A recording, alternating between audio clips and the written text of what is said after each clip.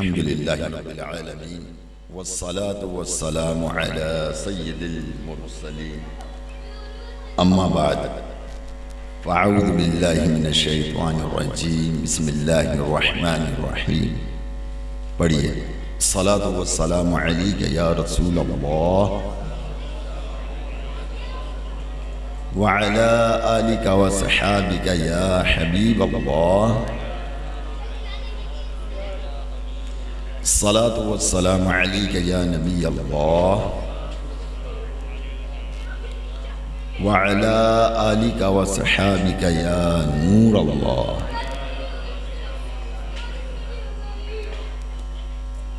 بچوں کو خاموش کر دیں. خود اپنے آپ کو شاداب کرنا چاہتا ہے، خود اپنے آپ کو شاداب کرنا چاہتا ہے، فقیر آپ کو آداب کرنا چاہتا ہے. السلام علیکم ورحمۃ اللہ وبرکاتہ. یہ بچے شور بہت مچا رہے ہیں، اگر کوئی انہیں کنٹرول کر لے تو زیادہ اچھا ہے. کسی ایک کو پہنچا دیں جو ان بچوں کو کنٹرول کر لے. ایک مرتبہ درود پاک پڑھیں. اللہم صلی وسلم وبارک علی سیدنا و مولانا محمد وبارک وسلم صلاۃ و سلام علیک یا سیدی یا سیدی یا مکی یا مدنی یا عربی یا قریشی یا ہاشمی یا ملجائی یا طبیبی یا کریمی یا رسول اللہ. ساؤنڈ کو بالکل آپ نا اسی طرح چھوڑ دیجیے گا اور ریپیٹ وغیرہ مت کیجیے گا، ٹھیک ہے نا؟ برائے کرم آپ کو شاید معلوم ہوگا، ٹھیک ہے نا؟ میرے میٹھے محترم اسلامی بھائیو، جیسا کہ آپ تمام حضرات کو معلوم ہے کہ ہمارے شاہد بھائی کی والدہ کا چہلم ہے، اور اس حوالے سے یہاں پر نعت خوانی کا انعقاد کیا گیا. بیان کا انعقاد بھی اب ظاہر کہ ہو چکا ہے اور بیان بھی شروع ہو چکا ہے. آج میں نے کچھ اسی حوالے سے کچھ باتیں عرض کرنی ہیں، اور مجھے امید ہے کہ شاید وہ آج ابھی تک آپ کو سننے کو نہیں ملی ہوں گی. بعض ایسی باتیں ہوں گی اور انشاءاللہ وہ میں آپ کو سناؤں گا. قبل اس کے کہ میں درود پاک کی فضیلت سے اپنے بیان کا آغاز کرتا ہوں کہ ایک بار حضور تاجدار مدینہ قرار قلب سینہ فیض گنجینہ صاحب معطر پسینہ صلی اللہ تعالی علیہ وآلہ وسلم مسجد نبوی میں تشریف لائے اور منبر پر قدم مبارک رکھا اور فرمایا آمین. پھر جب دوسرے قدم رکھا فرمایا آمین. پھر تیسرا قدم رکھا تو فرمایا آمین. صحابہ کرام علیہم رضوان نے حضور والائے تبار صلی اللہ تعالی علیہ وآلہ وسلم کی بارگاہ بے کس پناہ میں عرض گزار ہوئے. یا رسول اللہ صلی اللہ تعالی علیہ وآلہ وسلم، آپ نے آمین فرمایا، اس کی کیا وجہ ہے؟ آپ صلی اللہ تعالی علیہ وآلہ وسلم نے ارشاد فرمایا ابھی حضرت جبریل امین علیہ السلام تشریف لائے اور انہوں نے 3 دعائیں کی جس پر میں نے آمین کہا، اور وہ یہ تھیں: یا رسول اللہ صلی اللہ تعالی علیہ وآلہ وصحابہ وسلم، وہ شخص ہلاک ہو جائے کہ جو ماہ رمضان پائے اور اپنی بخشش نہ کرائے. تو اس پر آپ صلی اللہ آمین ارشاد فرمایا. پھر اس نے یہ دعا کی کہ یا رسول اللہ صلی اللہ علیہ وسلم، وہ شخص ہلاک ہو جائے کہ جو بوڑھے والدین کو پائے اور ان کی خدمت کر کے اپنی بخشش نہ کرائے. تو میں نے اس پر بھی آمین کہا. یا رسول اللہ صلی اللہ تعالی علیہ وآلہ وسلم، وہ شخص ہلاک ہو جائے جو آپ کا نام پاک سنے اور آپ پر درود نہ پڑھے. میں نے اس پر بھی آمین کہا. میرے میٹھے محترم اسلام بھائی، حضور علیہ الصلوۃ والسلام نے ان تینوں دعاؤں پر آمین فرما کر ان تینوں دعاؤں کو قبولیت کا درجہ عطا فرما دیا کہ جو رمضان پالے اپنی بخشش و مغفرت نہ کرے، جو اپنے بوڑھے والدین کو پالے اور ان کی خدمت کر کے اپنی بخشش و مغفرت نہ کروائے، اور جب ان کا نام یعنی جب ہمارے آقا دو جہان رحمت عالمیان صلی اللہ تعالی علیہ وسلم کا نام آئے اور درود پاک نہ پڑھے، تو پیارے محترم سمجھ یہاں پر جو ہلاکت ہے وہ یقین جانے وہ ہلاکت ہے، یہ اتنی خطرناک ہلاکت ہے کہ یہ وہ ہلاکت نہیں کہ جو کسی کو شوٹ کر دے گا بندہ ہلاک ہو جائے گا، نہیں، یہاں ہلاکت ایمان کی ہلاکت ہے۔ ایمان اگر ہمارا محفوظ ہے تو یہ بات یاد رکھیے جنت یقینی ہے۔ حدیث پاک میں آتا ہے کہ جس کے سینے میں رائے کے دانے کے برابر بھی ایمان ہوگا وہ دوزخ میں نہیں جائے گا۔ تو آپ اندازہ کر لیجیے ایمان جو ہے انسان کی بہت بڑی دولت ہے، اور کوئی بے ایمان ہو کر مر گیا، کوئی بے ایمان ہو کر مر گیا تو ظاہر ہے کہ پھر اس کے لیے جنت نہیں ہے۔ جنت جو ہے وہ ایمان والوں کے لیے ہے، مسلمانوں کے لیے، یہ بات یاد رکھیے گا۔ ایک مرتبہ میں بیان کر رہا تھا، پہلے ظاہر ہے کہ اب تو نیٹ کا دور ہے، پہلے نیٹ کا دور نہیں تھا، میں موبائل ہی کے ذریعے مطلب یہ کہ بحرین، جدہ، سب جگہ بیان وغیرہ کیا کرتا تھا۔ تو اس دوران جو ہے دوسرے دن جب میں نے بیان کیا تو لوگوں نے آپ نے ایسی کیا بات کہہ دی، آپ نے بڑی خطرناک بات کہہ دی تھی کل رات کو بیان کے دوران۔ میں نے کہا ایسا کیا میں نے کہہ دیا، کیا چیز آپ کو لگی مجھے بتائیے۔ لیکن آپ نے یہ کہا تھا کہ مرنے والا جو ہے پتہ نہیں کس حال میں مرا، مرنے والا کس حال میں مرا، ایمان پہ مرا تو اچھی بات، اگر ایمان پہ نہیں مرا تو اب بتائیے اس پہ تلاوت قرآن مجید کا ایصال ثواب کیا پہنچے گا؟ یقیناً نہیں پہنچے گا۔ کیا اس کے لیے بخشش و مغفرت کی دعا ہوگی، وہ قابل قبول ہوگی؟ یقیناً نہیں ہوگی۔ یہ سب کس کے لیے ہوگی؟ یہ ان سب کے لیے ہوگی کہ جو گناہ گار ہو کر دنیا سے رخصت ہوئے اور ایمان پر ان کا انتقال ہوا۔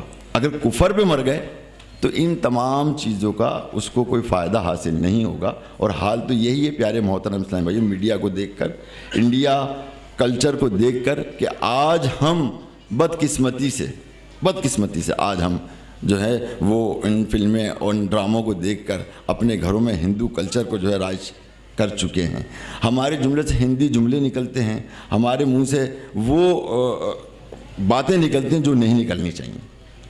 عام طور پہ لوگ ایک دوسرے کو نمستے کہہ دیتے ہیں نا، ابھی آپ کو پتہ ہے یہ نمستے جو لفظ ہے یہ کتنا انتہائی خطرناک لفظ ہے۔ یہ کوئی عزت اور اکرام والا نہیں ہے۔ یہ آپ شاید یا عام طور پہ سمجھتے ہوں گے کہ یہ جو ہے نا سلام ہے، ہندی کا سلام ہے۔ نہ یہ ہندی کا سلام نہیں ہے۔ اس کا ظاہر ہے کہ ہندوؤں کا اپنا ایک عقیدہ ہے نا، وہ اپنے سے بڑھ کر جو نا کوئی بھی شخص ہوگا، چاہے وہ فنکار ہو، چاہے کرکٹر ہو، یا کوئی بھی ہو جو اس سے بڑھ کر ہو، وہ اس کو اپنا بھگوان مانتے ہیں۔ یہ ان کا عقیدہ ہے، یعنی اس کو خدا مانتے ہیں۔ تو اسی طرح ہر شخص کو جب وہ یہ جملہ کہتے ہیں، میں اب دوبارہ نہیں کہوں گا، جب یہ جملہ کہتے ہیں تو گویا کہ وہ اس کو اس کا اکرام کرتے ہیں اور اس کو خدا تصور کرتے ہیں۔ تو یہ جملہ کتنا غلط ہے۔ اسی طرح پچھلے جنم میں، اب یہ جو پچھلا جنم، دوسرا جنم، تیسرا جنم، 7 جنم، کیا ہم مسلمانوں میں ہوتے ہیں؟ کیا نہیں ہوتے؟ نہ ہمارا عقیدہ ہے نہ کچھ ہے۔ یہ بھی جملہ کفریہ جملہ ہے، بندہ کہتا کافر۔ اب نہ جانے کتنے لوگ ایسے ہیں کہ جو مطلب یہ کہ کفریہ جملہ کہہ کر جو ہے اپنا ایمان کھو بیٹھتے ہیں۔ اور یہ بھی حدیث پاک ہے کہ میری امت پہ ایک ایسا وقت آئے گا کہ یہ صبح کافر ہوں گے، شام کو مسلمان، شام کو مسلمان ہوں گے تو صبح کافر ہوں گے۔ تو وہ دور آج ہمیں نظر آ رہا ہے۔ اگر اللہ نہ کرے کوئی کفر پہ مر گیا تو یہ بات یاد رکھیے، اس کے لیے دعائے مغفرت اور ایصال ثواب کوئی کام میں نہیں آئے گا۔ کام میں صرف اسی کو آئے گا کہ جو شخص ایمان سے مرا ہوگا، ایمان سے مرا ہوگا۔ تو بہرحال اللہ تبارک و تعالیٰ ہم پر اپنا فضل و کرم عطا فرمائے۔ اور یہ جو روایت جو پیش کی میں نے درود پاک کے حوالے سے، اور یہ جو ساری باتیں عرض کی ہیں، اس پہ بہت زیادہ توجہ دینے کی ضرورت۔ بار بار آپ سنتے ہیں، کوئی بات نہیں، آپ نے پہلے بھی سنا، ابھی بھی یہ روایت سن لی تو اس سے کوئی فرق نہیں پڑتا۔ کوئی بات دوبارہ سننے سے فرق نہیں پڑتا، ایک بات یاد رکھیے گا، کوئی بات دوبارہ سننے سے فرق نہیں پڑتا، بلکہ اور فائدہ ہوتا ہے۔ اب فائدہ کس صورت میں ہوتا ہے کہ پہلے جب سنی تھی حدیث تو اس وقت بھی رحمت برس رہی تھی، اور آج پھر سن رہے ہیں تو پھر رحمت برس رہی ہے۔ فرق اتنا ہے کہ وہ برس کر ختم ہو گئی، یہ برس رہی ہے، یہ برس رہی ہے۔ تو بہرحال اللہ تعالیٰ ہم پہ کرم عطا فرمائے. ایک بار محبت سے درود پاک پڑھ لیجیے. اللہم صلی وسلم وبارک علی سیدنا مولانا محمد النبی الامی الحبیب العالی القدر العظیم الجاہ وعلی آلہ وصحبہ وبارک وسلم صلاۃ و سلام علیک یا سیدی یا رسول اللہ. میرے پیارے محترم مسلم بھائی، دیکھیں انسان کی اپنی کچھ کروٹیں ہوتی ہیں، یا کہہ لیجیے لطائف ہوتے ہیں، یا کہہ لیجیے کچھ مراحل ہوتے ہیں. بچہ چھوٹا ہوتا ہے، جب پیدا ہوتا ہے تو چھوٹا ہوتا ہے، پھر وہ مطلب یہ ہے کہ ایک وقت آتا ہے کہ وہ بیٹھنا سیکھتا ہے، پھر چلنا سیکھتا ہے، پھر چلنے کے ساتھ ساتھ پھر یہ وہ اس قدر بولنا سیکھتا ہے کہ مطلب یہ کہ باتیں گفتگو کرتا ہے، صحیح نا. پھر ایک وقت آتا ہے کہ لڑکپن شروع ہوتا ہے، بچپنا شروع ہو جاتا ہے، اور اس کے پھر دوست احباب بننا شروع ہو جاتے ہیں. پھر ایک وقت آتا ہے کہ اس کی جوانی ہوتی ہے، پھر جوانی دیوانی کے ساتھ اپنا وقت گزارتا ہے. پھر اس کے بعد ایک وقت یہ آتا ہے کہ اس کی شادی ہوتی ہے. جب شادی ہوتی ہے تو پھر اس کو انتظار اپنے بچوں کا ہوتا ہے، پھر اس کے بچے ہو جاتے ہیں. پھر بچے ہونے کے بعد پھر ان بچوں کی فکروں میں لگا رہتا ہے، اگر ان کی بہویں وغیرہ آ گئیں، بچے آ گئے، ہے نا، ان کی فکروں میں. پھر آخر وقت یہی ہوتا ہے کہ انسان جو ہے بڑی تیزی سے اپنے مراحل کو طے کرتا ہوا اس دنیا فانی سے چلا جاتا ہے. اور کچھ لوگ تو غفلت کی زندگی گزار کے گزرتے ہیں، کچھ لوگ جو ہے ان زندگی کو نعمت سمجھ کر اس کی قدر کرتے ہیں لمحے لمحے کی، اور اس میں عبادت، ریاضت اور نیکیاں کر کے جو ہے اللہ تبارک و تعالیٰ کو وہ راضی کرنے میں مصروف عمل ہوتے ہیں. تو بہرحال ان تمام مراحل میں جو ہے کچھ چیزیں ایسی آتی ہیں ہمارے کہ ڈاکٹر آ جاتے ہیں، اسپتال آ جاتے ہیں، تکالیفیں آ جاتی ہیں. آئیے میں کچھ اس مراحل کو کچھ شاعری کے انداز میں، کچھ اشعار کے انداز میں آپ تک پہنچانے کی کوشش کرتا ہوں. آپ سنیے. کسی شاعر نے کہا ہے، یہ میں نے نہیں کہا، کسی شاعر نے کہا ہے، ایسے اڑوں کہ جال نہ آئے خدا کرے، ایسے اڑوں کہ جال نہ آئے خدا کرے، رستے میں اسپتال نہ آئے خدا کرے، رستے میں اسپتال نہ آئے خدا کرے. اب اس سے دوستی ہے تو دوستی رہے، اب اس سے دوستی ہے تو دوستی رہے، شیشے میں کوئی بال نہ آئے خدا کرے.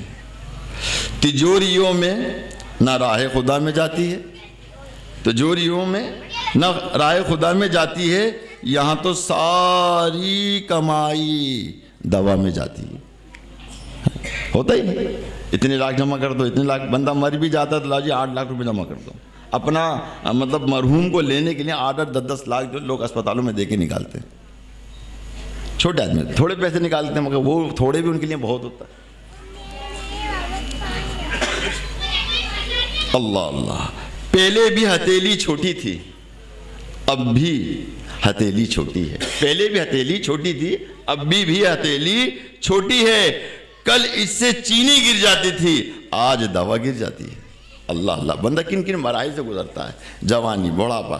اب دیکھیں، میری مٹھی سے یہ بالوں سرک جاننے کو کہتی. یہ میرے بزرگ بیٹھے میں یہ اس بات کو بخوبی سمجھیں گے، اس بات کو بخوبی سمجھیں. کیوں؟ ایک مراحل ہمارے چل رہے ہیں، ہم کس طرح تیزی سے جو ہے نا موت کے ہم کنار ہو رہے ہیں، اپنی منزل مقصود تک پہنچ رہے ہیں.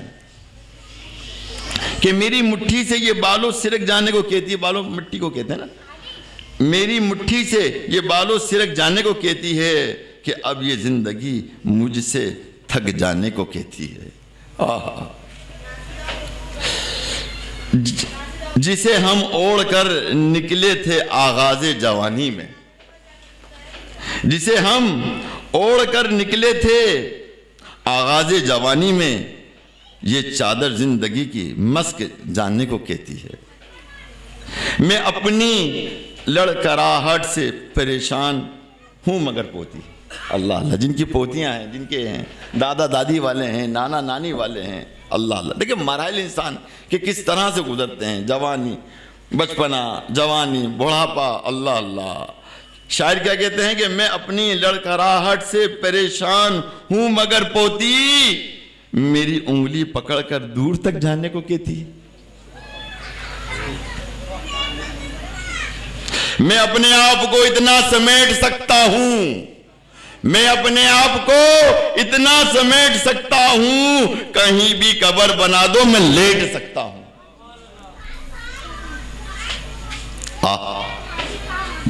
میت گھر میں ہے، کہ زندگی میں کوئی میرے پاس 2 منٹ نہ بیٹھا، کہ زندگی میں کوئی میرے پاس 2 منٹ نہ بیٹھا، اور آج سب میرے پاس بیٹھے جا رہے تھے۔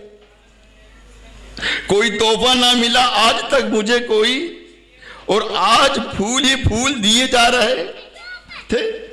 ترس گیا میں کسی کے ہاتھ دیے گئے کپڑے کو، اور آج نئے نئے کپڑے اوڑے جا رہے تھے۔ 2 قدم نہ ساتھ چلنے والے آج وہ قافلہ بنا کر چلے جا رہے تھے۔ آج پتہ چلا، اللہ اللہ، آج پتہ چلا کتنی حسین، آج پتہ چلا موت کتنی حسین ہوتی ہے، ہم تو یوں ہی جیے جا رہے تھے۔ تو میرے میٹھے اور محترم اسلامی بھائیوں، ہر گھر میں ماں ہوتی ہے، ہر گھر میں باپ ہوتا ہے، کوئی بغیر ماں کے، کوئی بغیر باپ کے پیدا نہیں ہے۔ اور جن کے ماں باپ ہیں خدا را ان کی قدر کیجیے، جن کے پاس ماں ہیں اس کی قدر کیجیے۔ آج ماں باپ کی قدر، ماں باپ کا کہنا سننا درکنار، آج کا بچہ تو اکڑ کر والدین کے سامنے کھڑے ہو جاتا ہے، آنکھیں نکال کر کھڑا ہو جاتا ہے۔ اللہ اکبر۔ وہ جانیے، وہ بچہ اس بات کو جانے کہ ماں اس کے لیے کیا ہے، والد اس کے لیے کیا ہے۔ سنو روایت میں حضرت معاویہ بن جامعہ سے کہ جامعہ نبی، حضرت معاویہ بن جامعہ رضی اللہ تعالیٰ عنہ حضور علیہ الصلوۃ والسلام کی خدمت بابرکت میں عرض کی کہ یا رسول اللہ صلی اللہ تعالی وسلم، جہاد کرنا چاہتا ہوں تو آپ سے مشورہ لینے حاضر ہوا ہوں۔ تو فرمایا کیا تیری ماں ہے؟ کیا فرمایا؟ کیا تیری ماں ہے؟ عرض کیا ہاں۔ فرمایا کہ مضبوط پکڑو کیونکہ جنت اس کے پاس ہے، اس کو مضبوطی سے پکڑ لو۔ کس کو؟ ماں کو مضبوطی سے پکڑ لو۔ ایک بات یاد رکھنا، ماں کی بے حرمتی کرنے والوں، اے ماں کی اہانت کرنے والوں، اے ماں کو ذلیل و خوار کرنے والوں، یاد کر لو کہ وہ تمہاری جنت ہے۔ اب جنت کو برباد کرنا تمہارے ہاتھ میں ہے یا جنت حاصل کرنا تمہارے ہاتھ میں۔ روایت میں ہے کہ ابن عباس رضی اللہ تعالیٰ فرماتے ہیں کہ فرمایا رسول اللہ صلی اللہ علیہ وسلم نے کہ جو اللہ عز و جل کے لیے اپنی ماں باپ کے بارے میں مطیع ہوا یعنی فرما بردار ہوا۔ کیا ہوا؟ یعنی فرما بردار کس لحاظ سے ہوا؟ کہنا ماننے کے لحاظ سے، ہر لحاظ سے، ٹھیک ہے نا؟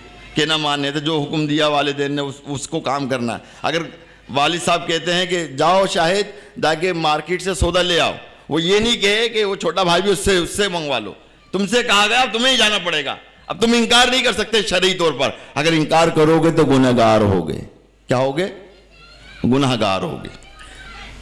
تو لہذا کہا، ارشاد فرمایا کہ جو اللہ عز و جل کے لیے اپنے ماں باپ کے بارے میں فرما بردار ہوا تو اس کے لیے جنت کے دروازے کھول دیے جاتے ہیں۔ اللہ اکبر، یا رسول اللہ۔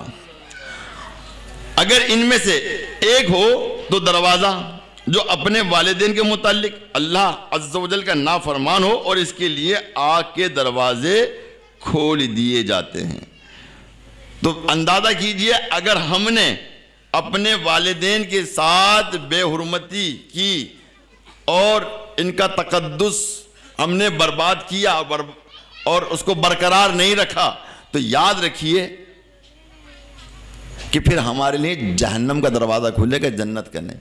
اور اللہ کے نبی علیہ الصلوۃ والسلام نے جو ہے والدین کی خدمت پر جو ہے کرنے پر جو ہے آمین کی مہر لگا دی ہے، قبولیت کی مہر لگا دی گئی ہے کہ وہ بندہ ہلاک ہو جائے۔ تو میرے میٹھے محترم اسلامی بھائیو، آئیے آج میں چند روایت اور آپ کو ایسی پیش کرتا ہوں، شاید آپ کے قریب سے گزری ہوں یہ روایت، کہ ایک شخص نے رسول پاک صلی اللہ تعالی علیہ وسلم میں عرض کیا کہ یا رسول اللہ صلی اللہ علیہ وسلم، ماں باپ کا اولاد پر کیا حق ہے؟ ماں باپ کا اولاد پر کیا حق ہے؟ فرمایا وہ دونوں تیرے حق میں جنت اور دوزخ ہیں۔ بچوں کو تو خاموش کر لو یار, کسی کو لگاؤ, ڈیوٹی لگاؤ کسی کی. تو پیارے میٹھے محترم اسلام کے ساتھ توجہ کے ساتھ دیکھیں, اصل میں جب بچے بولتے ہیں نا, اب دیکھیں ہم لوگ کرکٹ دیکھتے ہیں تو بڑی توجہ سے دیکھتے ہیں, اگر کوئی ڈرامہ دیکھیں گے, فلم دیکھیں گے تو بھی توجہ سے دیکھیں گے, بلکہ پیشاب آ رہا ہو تو اس کو بھی دبا کے بیٹھ جائیں گے, ارے یار یہ آخری اوور ہے, یہ نکل نہ جائے. تو اس لیے یہ معاملہ بڑا سینسیٹیو ہوتا ہے بیان کا نا, تو انسان جو مطلب میں بھی چونکتا ہوں مطلب ہے نا, اور آپ بھی پتہ نہیں اس سے کچھ سمجھ لیں, آپ کے تصورات اچھے بن رہے ہوں, پھر ایک دم کوئی بولے تو ایک دم چینج ہو جاتا ہے نا. تو اچھی باتوں پہ سبحان اللہ کیجئے, اور کہنا بھی چاہیے, صحیح نا. تو سنیے کہ رسول اللہ صلی اللہ تعالی علیہ وسلم سے جب سوال کیا گیا کہ ماں باپ کا اولاد پر کیا حق ہے, تو فرمایا کہ دونوں تیرے حق میں جنت اور دوزخ ہیں, یعنی ان کی خدمت اور اطاعت تمہیں جنت کا مستحق بنا دے گی. یعنی ان کی اطاعت کس کو کہتے ہیں, یعنی ان کا حکم ماننا, ان کی بات کو ماننا. جاؤ بیٹا کچرا پھینک کے آ جا, نہیں یہ پھینک کے آیا, کل میں پھینک کے آیا تھا, یہ پھینک کے آیا. اگر ماں باپ کے سامنے کوئی بھی بچہ, 4 بچے 4 ہیں 5 ہیں 6 ہیں, جو بھی کوئی بھی سامنے آ کے بیٹا یہ کام کر کے آؤ, تو اس پہ لازم ہے وہ کام کر کے اس کو آنا ہی آنا ہے. خالی یہی نہیں ہے, ہر چیز پر اس نے جو اپنے والدین کی اطاعت کرنی ہے. ناکام ہی رہیں گے جہاں میں وہ ہمیشہ ماں باپ کی جو بیٹے خدمت نہیں کرتے. ایک آدمی نے اپنی والدہ کو کندھوں پر بٹھا کر طواف کروائے تھے. اس نے نبی کریم رؤوف الرحیم صلی اللہ تعالی علیہ وسلم سے سوال کیا کہ میں نے اپنی ماں کا حق ادا کر دیا؟ آپ صلی اللہ تعالی علیہ وسلم نے ارشاد فرمایا نہیں، بلکہ تو نے تو ابھی ایک رات جب اس نے تمہیں اپنی سوکھی جگہ لٹایا اور خود گیلی جگہ لیٹی، اس کا حق ادا نہیں ہوا. اس کا حق ادا نہیں ہوا. اندازہ کیجئے، ذرا غور کیجئے، ہم کہاں ماں باپ کا حق ادا کر سکیں گے؟ جب ماں باپ کا حق ادا نہیں کر سکتے تو کم از کم ماں باپ کے فرما بردار تو ہو جائیں، اطاعت گزار تو ہو جائیں، گھر کا ماحول تو جنت بنا لیں ماں باپ کی سن کر. حدیث شریف میں ہے کہ ایک صحابی رسول رضی اللہ تعالیٰ عنہ حاضر ہو کر عرض کیا کہ یا رسول اللہ صلی اللہ تعالی علیہ وسلم، ایک راہ میں ایسے گرم پتھروں پر کہ گوشت ان پر ڈالا جاتا تو کباب ہو جاتا. یعنی اتنے گرم پتھر ہوتے کہ اگر ان پر جو نا مطلب گوشت رکھا جاتا وہ کباب ہو جاتا، گل جاتا. وہ میں 6 میل تک اپنی ماں کو گردن پر سوار کر کے گیا ہوں، کیا میں اب اس کے حق سے بری ہو گیا؟ رسول پاک صلی اللہ تعالی علیہ وسلم نے ارشاد فرمایا، تیرے پیدا ہونے میں جس قدر دردوں کے جھٹکے اس نے اٹھائے ہیں، شاید ان میں سے ایک جھٹکے کا بدلہ ہو سکے. اللہ اکبر. اندازہ کیجئے. آپ کو پتہ ہے وہاں سعودی عرب میں یا عرب شریف میں گرمی کتنی ہوتی ہے؟ آپ نے اکثر دیکھا وہاں پتھر بلیک ہوتے ہیں نا، بلیک ہوتے ہیں. اچھا جب میں پہلی مرتبہ مدینہ شریف میری حاضری ہوئی تو مجھ سے کہا آپ چپلیں اتار دو. تو میں جنت البقیع میں تھا، مجھے کا فرش تھا، دھوپ کڑاکے کی تھی نا، تو ایک دم میں نے چپلیں اتاری. جیسے ہی میں نے زمین پہ یقین جانا پاؤں رکھا نا، میرا پاؤں جل گیا بالکل سیاہ. فوراً میں نے چپل پہن لی، تو اتنی مطلب سخت گرمی.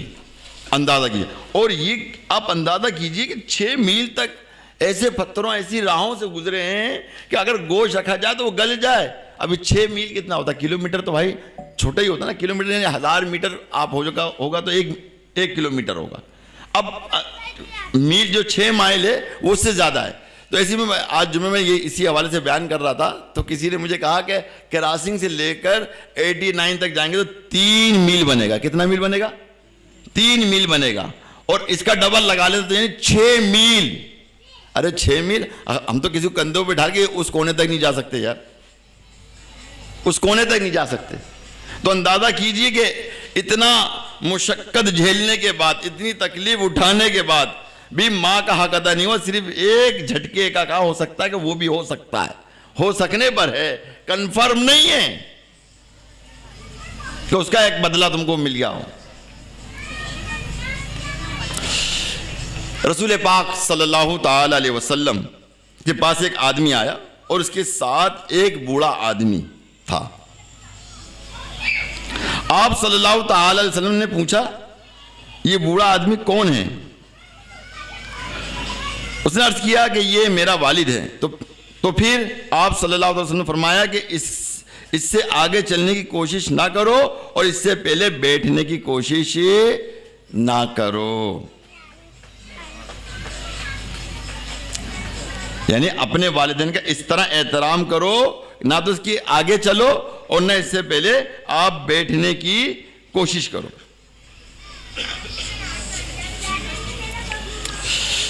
ایک شخص حضور علیہ الصلوۃ والسلام کی بارگاہ میں حاضر ہوا اور عرض کیا کہ یا رسول اللہ صلی اللہ علیہ وسلم، میرے باپ کے پاس میری کچھ رقم نکلتی ہے، میرے باپ کے پاس رقم نکلتی ہے، وہ دیتا نہیں ہے.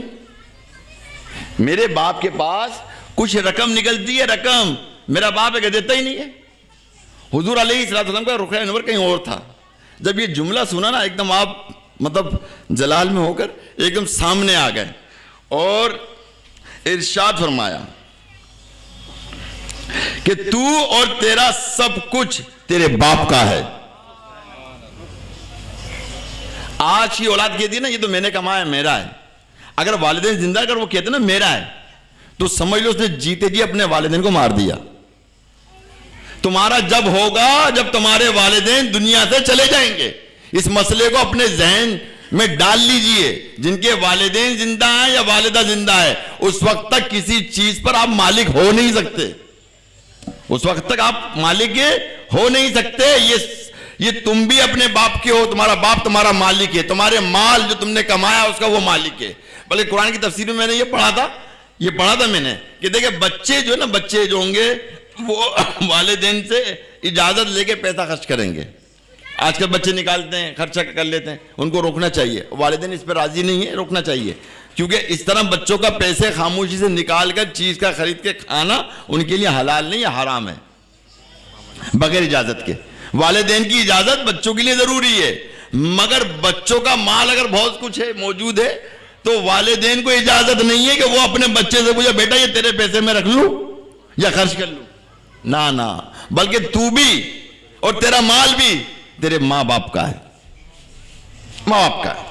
تو لہذا اس بات کو باغور آپ سمجھ لیجئے کہ کسی بھی چیز کو مطلب اتنی آسانی سے زبان سے نہیں کہا کریں کہ یار یہ تو میں نے کمایا ہے، یہ گھر تو میں نے بنایا ہے، یہ تعمیرات تو میں نے کی تو والدین کی موجودگی میں، والدین کی دعاؤں کے سبب،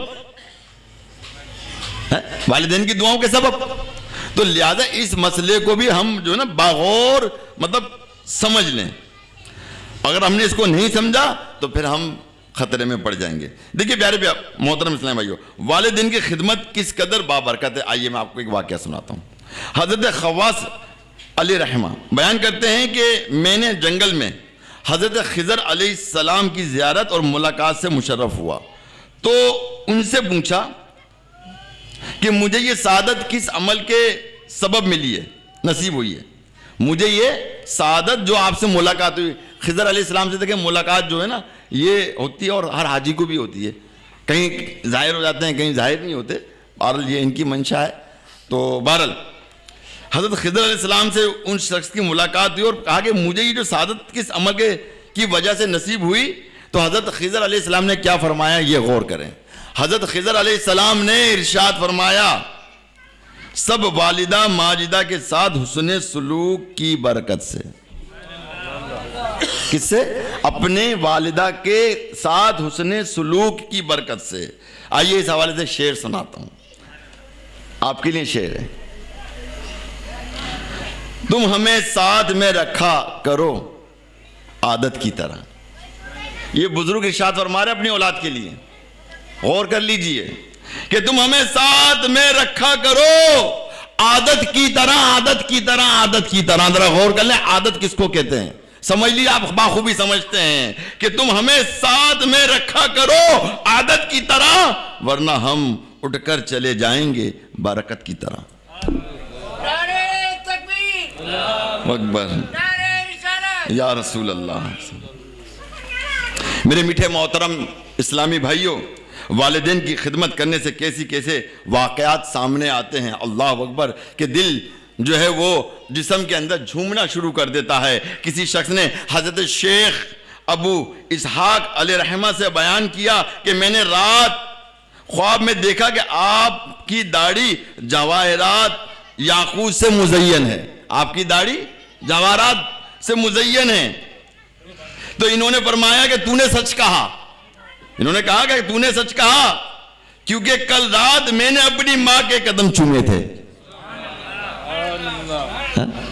اور جو اپنی ماں کے قدم چومتا ہے وہ گویا خانہ کعبہ کی چوکھٹ کو چومتا ہے۔ اللہ اکبر۔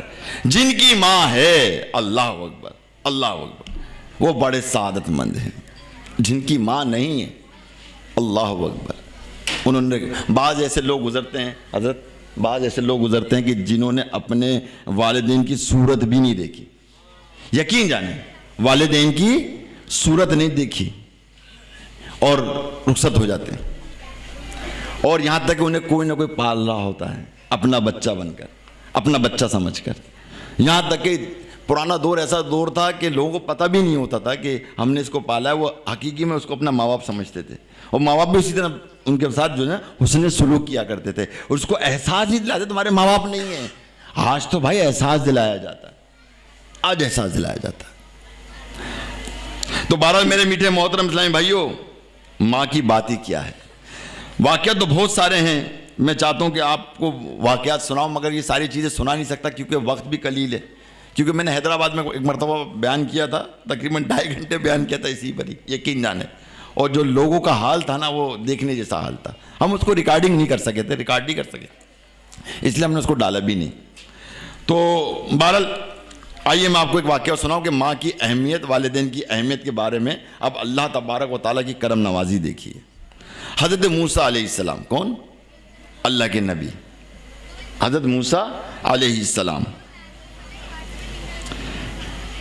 ان ذاکیہ سے شام کا ارادہ کر کے باہر نکلے، یعنی سفر کی طرف تشریف لے گئے۔ چلتے چلتے تھک گئے تو اللہ عز و جل نے وحی فرمائی، میرے کلیم اس پہاڑ کی وادی میں اکناف و اعتراف سے آئے ہوئے لوگ موجود ہیں، ان میں سے میرا ایک خاص بندہ ہے، اس سے سواری طلب کریں۔ اس میں میرا کوئی خاص بندہ ہے اور ان سے کوئی سواری جو ہے طلب کر لیں ہم۔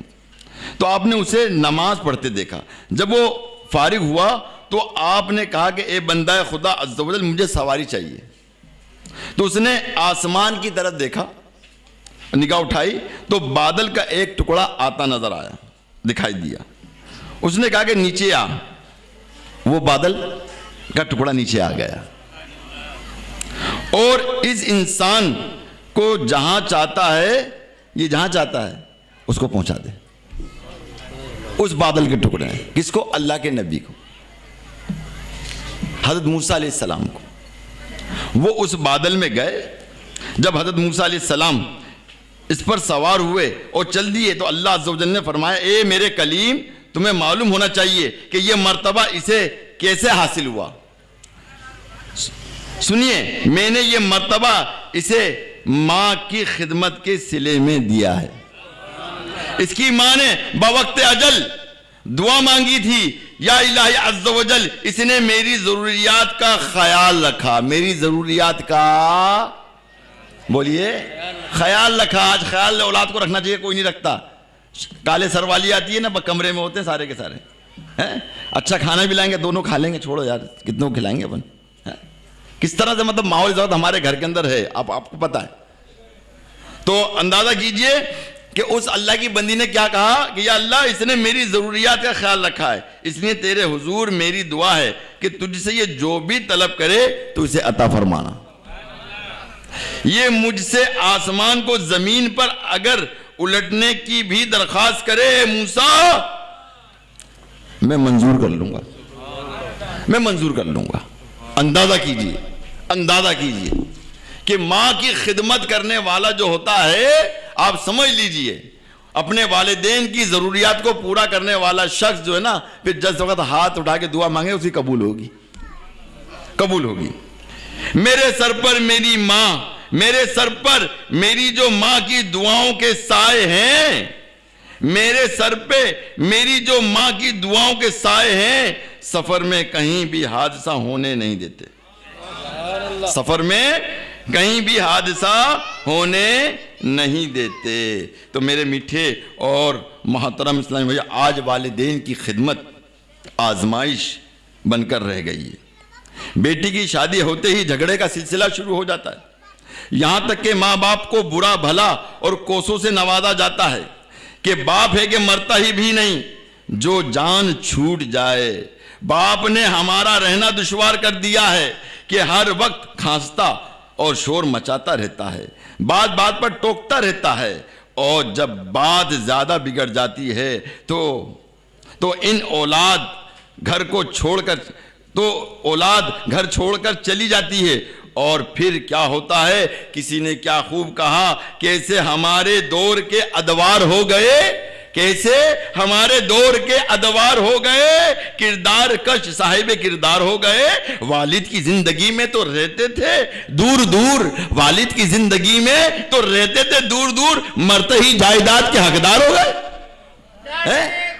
ارے اس میں نعرہ لگانے والی بات نہیں، بات سمجھنے کی ہے، بات سمجھنے کی ہے کہ آج انسان کتنا بڑا لالچی ہے۔ اگر لالچی ہے ہم لالچی ہیں دنیا کی مال کے، چلو میں آپ کو بتاتا ہوں، آپ کو نسخہ دیتا ہوں، تمہارے اپنے رزق میں برکت اور وسعت کا دیتا ہوں کہ میں نے ایک جگہ پڑھا ہے کہ والدین کی چیخ چیخ اور گالی گلوچ سے، اولاد کے صبر کرنے سے اللہ تبارک و تعالی اس کے رزق میں برکت اور وسعت فرماتا ہے۔ صبر کرنے پر اگر کسی نے جواب دیا، اگر باپ کو جواب دے دیا، یہاں تک کہ پیار سے اگر والدین ناجائز بھی کرے تو آپ اف نہیں کہہ سکتی، اولاد نہیں کہہ سکتی ارے میرے باپ کی غلطی ہے، ارے دھڑاکے سے بولتے میرے باپ کی غلطی ہے، شرم نہیں آتی یار؟ تمہیں کس نے اختیار دیا ہے کہ تم اپنے باپ کو اس طرح سے کیوں؟ شریعت نے تمہیں اجازت دی ہے کہ میرے باپ کی غلطی ہے؟ تو لہذا میرے میٹھے محترم اسلامی بھائی، اس بات کو سمجھیے، سمجھنے کی ضرورت ہے۔ اگر آپ چاہتے ہیں کہ ہمارے رزق میں فراوانی، یقین جانو میں نے دیکھا ہے لوگوں کو کہ جو لوگ منہ زوری کرتے ہیں نا، ان کی زندگی تنگ دستی میں گزرتی ہے، تنگی پریشانی میں گزرتی ہے۔ مگر جو لوگ میں نے کھرب پتیوں کو دیکھا ہے کہ وہ اپنے بزرگوں کے پاؤں دبا رہے ہوتے ہیں، بیٹھے ہوتے ہیں، جبکہ ان کے کہنے پہ ایک کہنے پر یا جا تم فلاں کام کر کے آ جا، بھائی تو جا یہ کر کے آ، ایسے لوگ کام کر رہے ہوتے ہیں، ان سے کہنے پر اشاروں پہ کام کر، بھائی اشارہ کرو بھی کام کرتے ہیں، اب اشارہ کرو ہم کام کرتے ہیں۔ جبکہ پیارے محترم اسلامی بھائیوں، پھر انہی کو دیکھا میں نے کہ وہ اپنے بزرگوں کے سامنے بچے بن کے ان کے پاؤں کو دبا رہے ہیں، جبکہ خود بزرگ ہو چکے ہیں، ان کی خدمت کر رہے ہیں، ان کی دعائیں لے رہے ہیں، اللہ تعالیٰ ان کو نواز رہا ہے، اللہ تعالیٰ ان کو نوازتا ہے۔ بوڑھا آدمی کے لیے پیارے اسلام بھائی، میں آپ کو صحیح بتاؤں، ایک بات آپ کو نکتے کی بتا رہا ہوں، اگر بوڑھا شخص اگر کچھ بولتا ہے نا، اس کو بولنے نہیں دو، اور اس کو بولنے والا سلسلہ کرو، وہ بولتا رہے، یقین جانو وہ بولتا رہے گا، وہ جیتا رہے گا، وہ بولتا رہے گا، جیتا رہے گا۔ نہیں تو شروع میں جیسے میں نے بتایا تھا نا، وہ ایک شعر سنایا تھا، کیا شعر سنایا تھا؟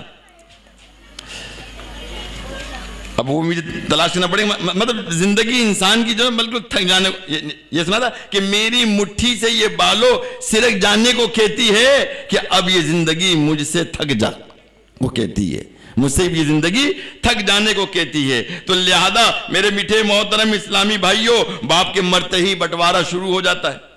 اب ماں پریشان ہو جاتی ہے، کسی نے کیا خوب کہا، سنو کیا کہا، کسی کے حصے میں گھر تھا، کسی کے حصے میں دکان آئی، کسی کے حصے میں گھر تھا، کسی کے حصے میں دکان آئی، میں گھر میں سب سے چھوٹا تھا، میرے حصے میں ماں آئی، میں گھر میں سب سے چھوٹا تھا، میرے حصے میں ماں آئی۔ جب شیطان کو پتہ لگا، جب شیطان مردود کو پتہ لگا کہ ماں کی برکتیں لوٹنے کے لیے چھوٹا بیٹا تیار ہے، تو اس کو یہ بھی گوارا نہ ہوا، اس نے اپنی چال سے یہ کر دکھایا۔ کیا دکھایا؟ غور کیجئے۔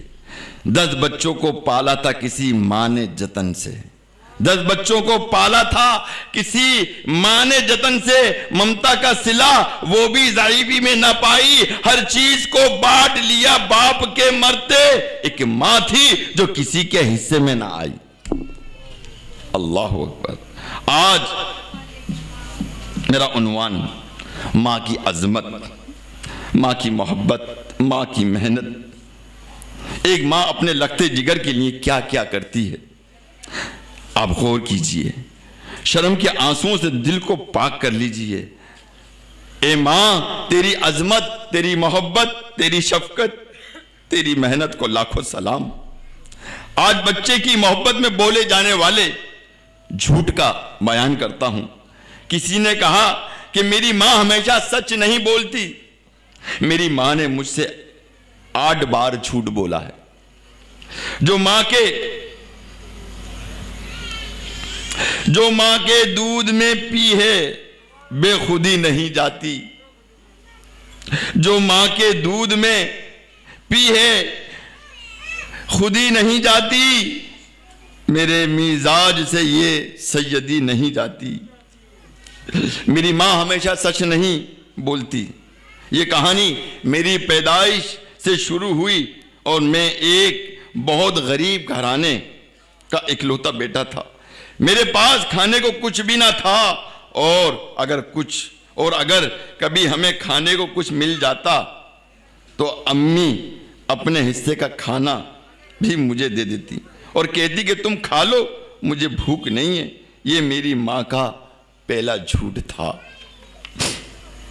جب میں تھوڑا بڑا ہوا تو ماں گھر کا کام ختم کر کے قریبی جھیل پر مچھلیاں پکڑنے جاتی، اور ایک دن اللہ عز و جل کرم سے 2 مچھلیاں پکڑ لیں تو انہیں جلدی جلدی پکایا اور میرے سامنے رکھ دیا۔ میں کھاتا جاتا اور جو کانٹے کے ساتھ تھوڑا سا لگا رہ جاتا وہ اسے کھاتی، اور دیکھ کر مجھے بہت دکھ ہوا۔ میں نے دوسری مچھلی ماں کے سامنے رکھ دی، اس نے واپس کر دی اور کہا بیٹا تم کھا لو، تمہیں پتہ ہے نا مچھلی مجھے پسند نہیں ہے۔ اور یہ میری ماں کا دوسرا جھوٹ تھا۔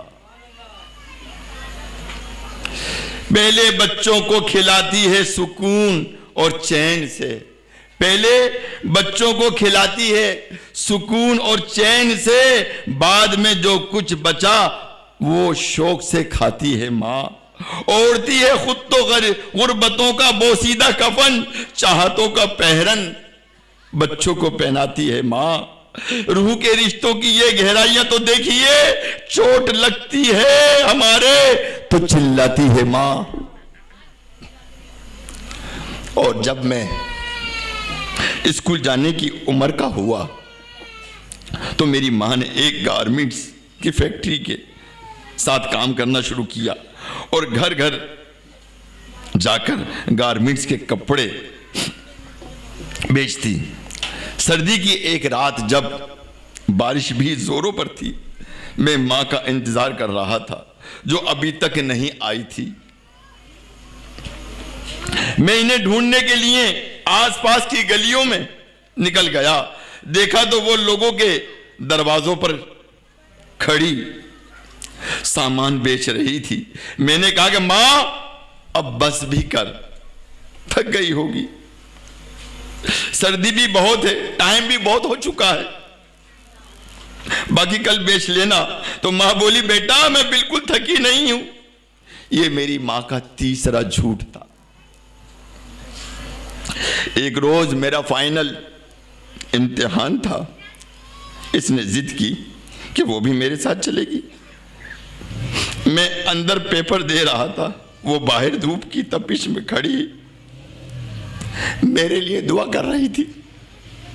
میں باہر آیا تو اس نے مجھے اپنی آغوش میں لے لیا اور مجھے ٹھنڈا جوس دیا۔ اس نے میرے لیے خریدا تھا۔ میں نے جوس کا ایک گھونٹ لیا اور ماں کے پسینے سے شرابور چہرے کی طرف دیکھا۔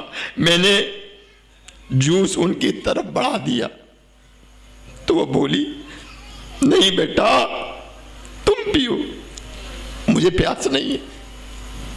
یہ میری ماں کا چوتھا جھوٹ تھا۔ میرے والد کا انتقال ہو گیا تھا تو وہ میری ماں کو اکیلے ہی زندگی گزارنی پڑی۔ زندگی اور مشکل ہو گئی، اکیلے گھر کا خرچ چلانا تھا، نوبت فاقوں تک آ گئی۔ میرے چچا ایک اچھے انسان تھے، وہ ہمارے لیے کچھ نہ کچھ بھیج دیتے۔ جب ہمارے پڑوسیوں نے ہماری یہ حالت دیکھی تو میری ماں کو دوسری شادی کا مشورہ دیا کہ تم ابھی جوان ہو، میرے میری ماں نے کہا کہ نہیں، کہا ابھی تم جوان ہو، تم شادی کر لو. تو میری ماں نے کہا کہ نہیں، مجھے سہارے کی ضرورت نہیں ہے. یہ میری ماں کا 5واں جھوٹ تھا. فکر میں بچوں کی کچھ اس طرح گھل جاتی ہے ماں.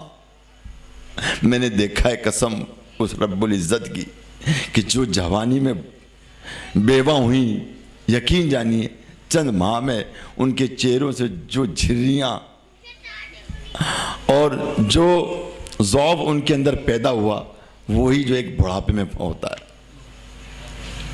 کہ فکر میں بچوں کی کچھ اس طرح گھل جاتی ہے ماں، نوجوان ہوتے ہوئے بوڑھی نظر آتی ہے ماں. جب میں نے گریجویشن مکمل کر لیا تو مجھے ایک اچھی نوکری مل گئی. میں نے سوچا کہ اب میں ماں کو آرام کرانا چاہیے اور گھر کا خرچ بھی مجھے اٹھانا چاہیے. وہ بہت بوڑھی ہو گئی ہے. میں نے انہیں کام کرنے سے منع کیا اور اپنی تنخواہ میں سے ان کے لیے کچھ رقم مختص کر دی. تو اس نے لینے سے انکار کر دیا اور کہا کہ تم رکھ لو، میرے پاس ہیں، مجھے پیسوں کی ضرورت نہیں. یہ میری ماں کا چھٹا جھوٹ تھا. میں نے نوکری کے ساتھ اپنی پڑھائی بھی مکمل کر لی تو میری تنخواہ بھی بڑھ گئی اور مجھے جرمنی میں کام کی آفر ہوئی تو میں وہاں چلا گیا اور وہاں جا کے مکمل سیٹ ہونے کے بعد انہیں اپنے پاس بلانے کی کوشش کی، فون کیا تو اس نے میری تنگی کے خیال سے منع کر دیا اور کہا کہ مجھے باہر رہنے کی عادت نہیں ہے، میں نہیں رہ پاؤں گی. یہ میری ماں کا 7واں جھوٹ تھا اور یہ 7واں جھوٹ اس سبب تھا کہ یہ ماں ایک مہلک بیماری میں مبتلا ہو چکی تھی. وہ یہ نہیں چاہتی تھی کہ میں اپنے بچے کو تکلیف دوں، کہ یہ میری خدمت کرے، پریشان رہے. میری ماں جب بہت بوڑھی ہو گئی، انہیں کینسر ہو گیا. انہیں دیکھ بھال کے لیے کسی کی ضرورت تھی تو میں سب کچھ چھوڑ چھاڑ کر ان کے پاس پہنچ گیا. وہ بستر پر لیٹی ہوئی تھی، مجھے دیکھ کر مسکرانے کی کوشش کی. میرا دل ان کی حالت پر خون کے آنسو رو رہا تھا. وہ بہت لاغر ہو چکی تھی، بہت کمزور ہو چکی تھی.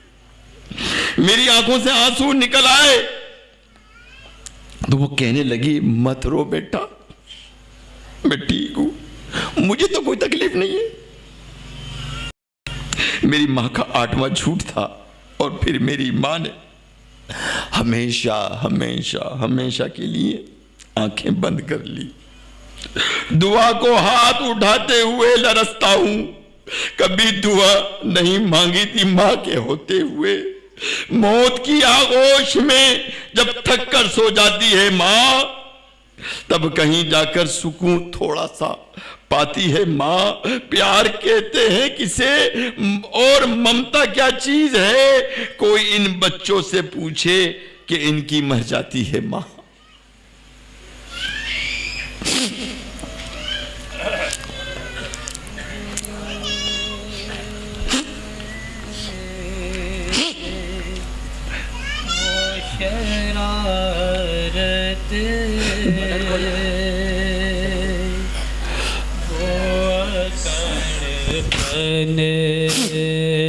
چلا گیا وہ ضد وہ شرارت وہ اکڑپن چلا گیا. ماں جب چلی گئی میرا بچپن چلا گیا. ماں جب چلی گئی میرا بچپن چلا گیا.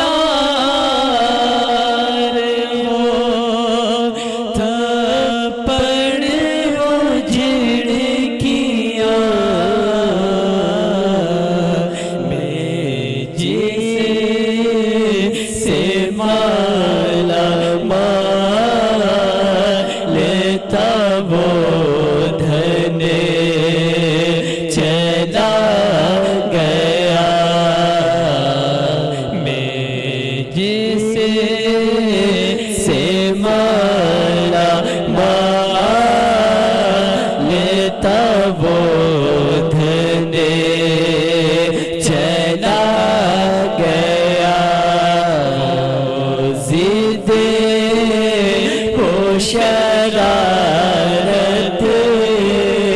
وہ اکڑ پن چلا گیا ماں جب چلی گئی میرا بچپن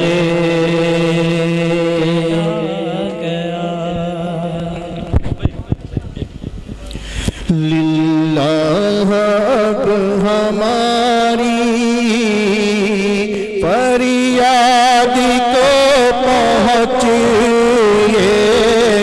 للہ اب ہماری فریاد کو پہنچیے للہ اب ہماری فریاد کو پہنچیے فریاد کو پہنچیے بے حد ہے حال اب تر آقا بے حد ہے حال اب تر تم پر سلام ہر دم شفیع محشر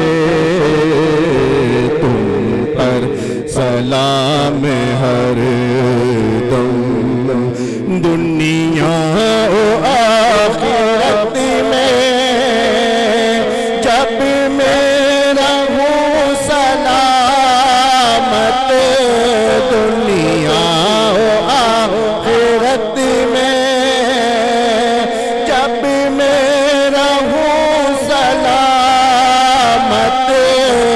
جب میں رہوں سلامت پیارے پڑھوں نہ کیوں کر آقا پیارے پڑھوں نہ کیوں کر تم پر سلام ہر دم تیرے شفیع محشر تم پر سلام ہر دم کوئی نہیں ہے میرا میں کس کے در پہ جاؤں کوئی نہیں ہے میرا میں کس کے در پہ جاؤں کوئی نہیں ہے میرا میں کس کے در پہ جاؤں میں کس کے در پہ جاؤں سلطان بندہ پرور آقا سلطان بندہ پرور تم پر سلام ہر دم کوئی نہیں ہمارا میں کس کے در پہ جاؤں کوئی نہیں ہمارا ہم کس کے در پہ جائیں کوئی نہیں ہمارا ہم کس کے در پہ جائیں ہم کس کے در پہ جائیں اے بے کسوں کے یاور آقا اے بے کسوں کے یاور تم پر سلام دم اپنے گدائے پر کی لیجے خبر خدا را اپنے گدائے پر کی لیجے خبر خدا را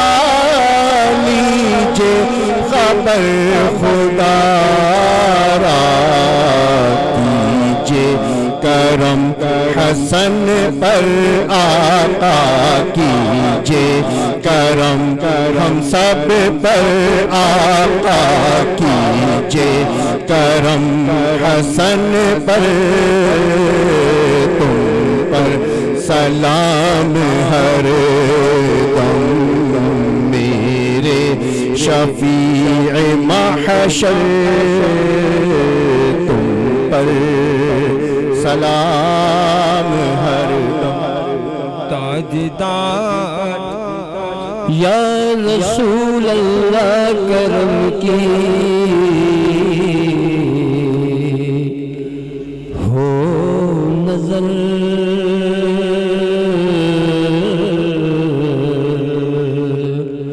چین و راحت جان رحمت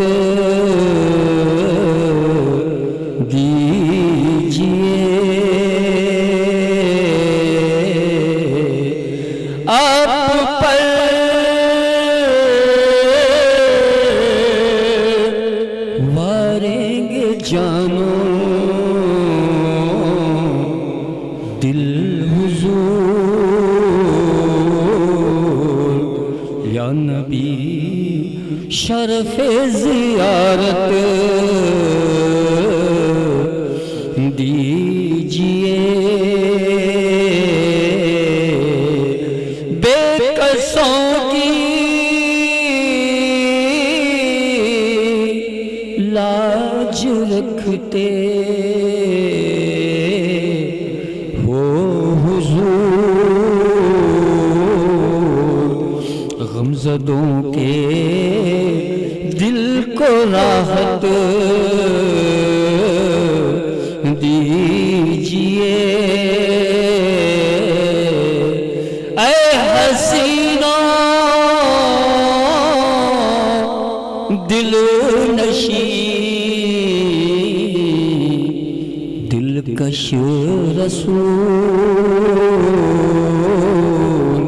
یہ سلام التجائیں ہوں قبول الصلاة والسلام علیک یا رسول اللہ الصلاة والسلام علیک یا حبیب اللہ